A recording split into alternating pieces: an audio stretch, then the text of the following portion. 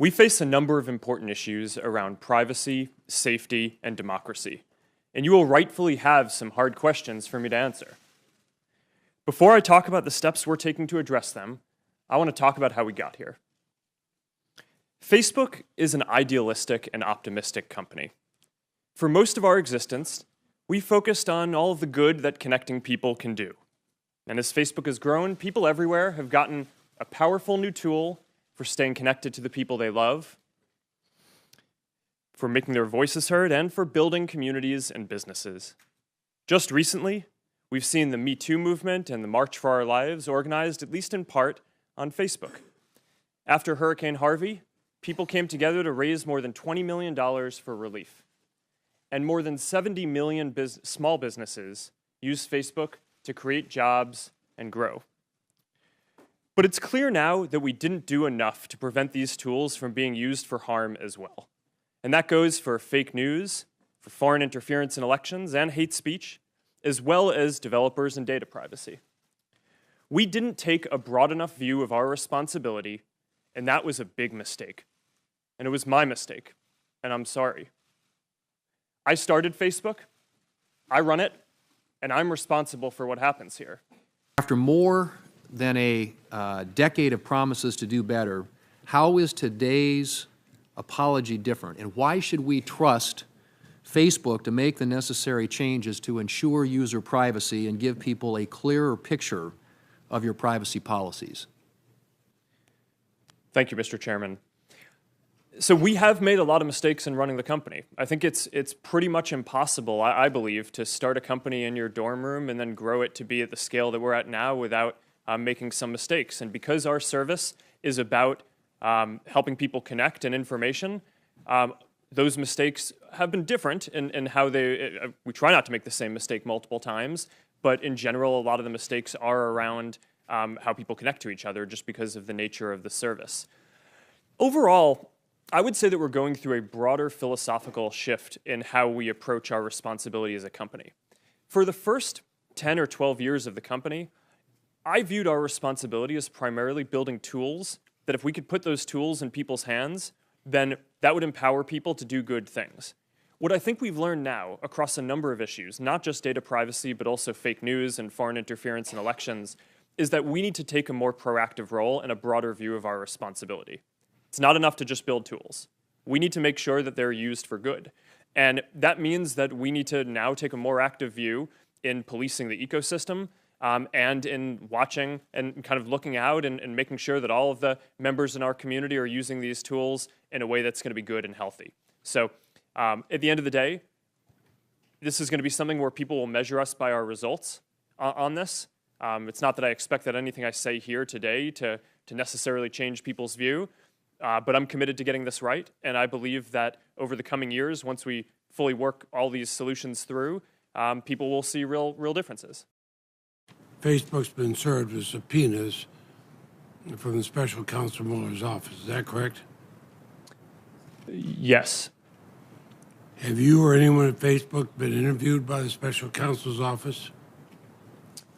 Yes. Have you been interviewed? I have not. I have not. Others have.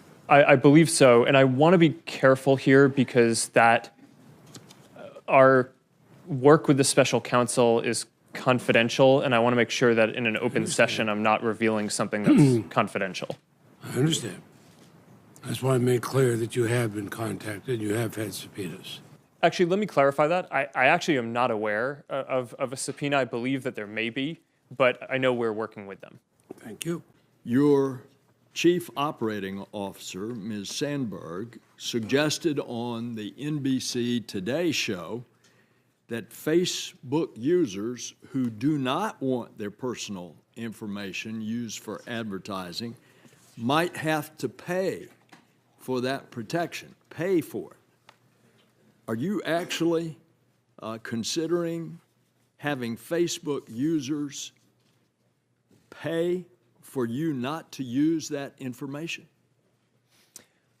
Senator, people have a control over how their information is used in ads in the product today. So if you want to have an experience where your ads aren't targeted using all the information that we have available, you can turn off third-party information. What we've found is that even though some people don't like ads, people really don't like ads that aren't relevant. And while there is some discomfort, for sure, with using information in making ads more relevant, the overwhelming feedback that we get from our community is that people would rather have us show relevant content there than not. So we offer this control that you're referencing. Some people use it. It's not the majority of people on Facebook. And I think that that's a good level of control to offer. I think what Cheryl was saying was that in order to not run ads at all, we would still need some sort of business model. And that is your business model. So I take it that, and I use the harmless example of chocolate, but if it got into more personal thing, communicating with friends, and I want to cut it off, I'm going to have to pay you in order not to send me, using my personal information, something that I don't want. That, in essence, is what I understood Ms. Sandberg to say. Is that correct? Yes, Senator. Although, to be clear, we don't offer an option today for people to pay to not show ads. We think offering an ad-supported service is the most aligned with our mission of trying to help connect everyone in the world, because we want to offer a free service that everyone can afford. Okay. That's the only way that we can reach billions of people. So, therefore, you consider my personally identifiable data the company's data, not my data. Is that it?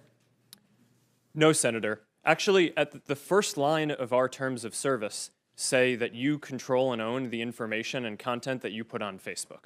You don't think you have a monopoly? It certainly doesn't feel like that to me. Here's the question that all of us got to answer. What do we tell our constituents, given what's happened here, why we should let you self-regulate? What would you tell people in South Carolina that, given all the things we've just discovered here, it's a good idea for us to rely upon you to regulate your own business practices? Well, Senator, my position is not that there should be no regulation. Okay. I think the internet is Do increasingly you embrace important. regulation? I think the real question, as the internet becomes more important in people's lives, is what is the right regulation, not whether there should be or But you not. as a company welcome regulation? I think if it's the right regulation, then Do you yes. think the Europeans have it right?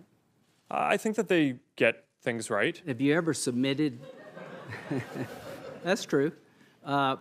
So would you work with us in terms of what regulations you think are necessary in your industry?